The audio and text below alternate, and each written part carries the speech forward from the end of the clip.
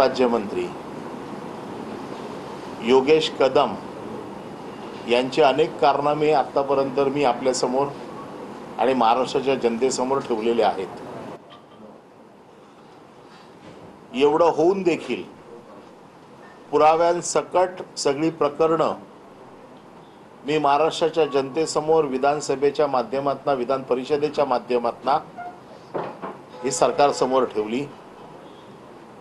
मुख्यमंत्र्यांची काय अडचण आहे मला माहित नाही, पण मुख्यमंत्र्यांनी त्यांना प्रत्येक वेळेला पाठीशी घातलं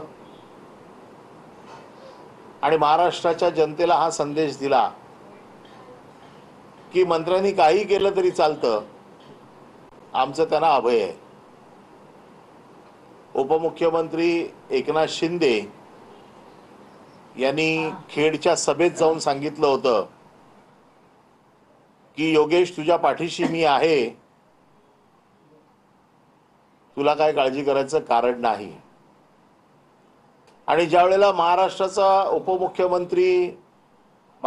मुख्यमंत्री पाठीशी असेल अशी भावना तयार झाल्यामुळे गृहराज्य मंत्र्यांनी महाराष्ट्रामध्ये जे काय थैमान घातलेलं आहे त्याचा अजून एक पुरावा IBN लोकमतच्या माध्यमातून महाराष्ट्राच्या जनतेच्या समोर आला।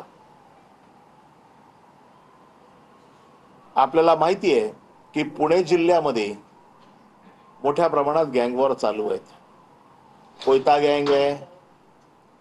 मध्यंतरी मी पुण्यात जाऊन माहिती घेतली, पुणे जिल्ह्यात 70 गँग कार्यरत आहेत। खंडणी, खून, दरोडेखोरी, खुनाचे प्रयत्न असे प्रकार तिथे सर्रास घडतायत। आणि हे करण्यासाठी ज्या गोष्टी लागतात म्हणजे सरकारचं पाठबळ हे त्यांना आयतं मिळतंय, हे सिद्ध झालं।